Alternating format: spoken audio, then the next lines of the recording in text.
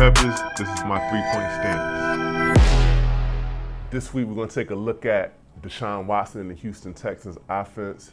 We take a look at Watson and his playmaking ability.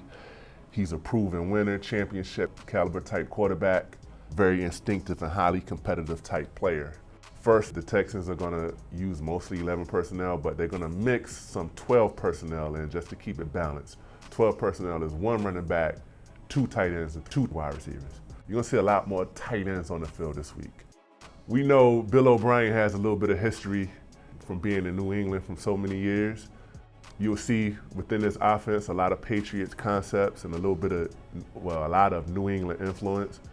This particular play right here, we call this the Patriot pass. We want to play fake. This is not even a hard play fake, but it gets the linebacker to bite up just a step and a half, and it vacates that space in the middle of the field. So you'll see New England do this. That concept is one that he brought over from the Patriots. You'll see Watson step up into the pocket and make throws. You'll see him stand tall to deliver the ball. You'll also see him get sacked quite a bit. He's been criticized in the past for holding on to the ball too long, trying to take shots down the field.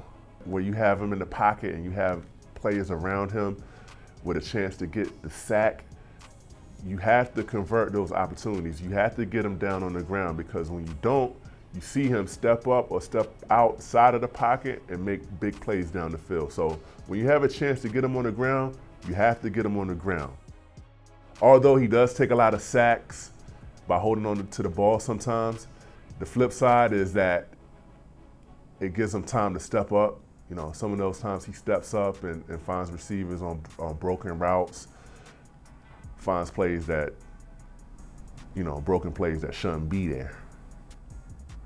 As a defensive lineman, in the back of your head, you're always a little bit concerned about him stepping up and exploiting these vacant rush lanes, because it seems like in today's game now, everyone is a dual threat. You don't want to allow him to dictate how aggressive you are. You want to still be aggressive, but just be smart about controlling the rush lanes.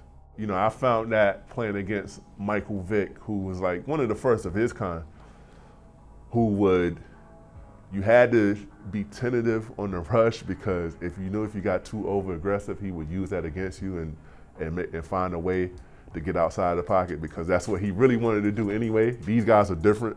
These guys want to run and throw the ball. Mike wanted to run.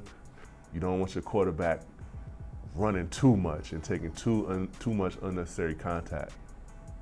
You see him holding on to the ball right here a little bit, dancing a little bit, escaping, and TD is going to come up and put a good hit on him. You don't want your quarterback taking these kind of hits. That's counterproductive. You don't want to see your guy taking big shots like that. Or we talked about him stepping up in the pocket or holding on to the ball to standing tall to deliver some of these throws. This is one right here. He knows the pressure is coming. He takes a peek, he sees the defender is coming unblocked, but he stands in there knowing he's going to take that hit to deliver this ball. And this is a big play in this game. He sees that defender, takes a step to the right a little bit to give him a extra half second so he can get rid of this ball, and steps up in there and throws a touchdown on what should have been the game winner here.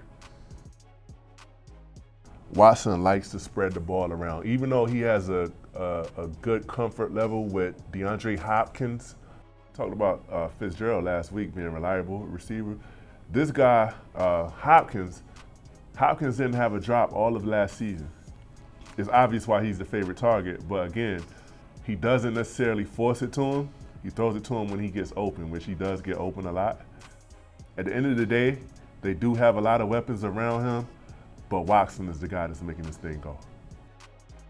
Thanks for watching. See you next time.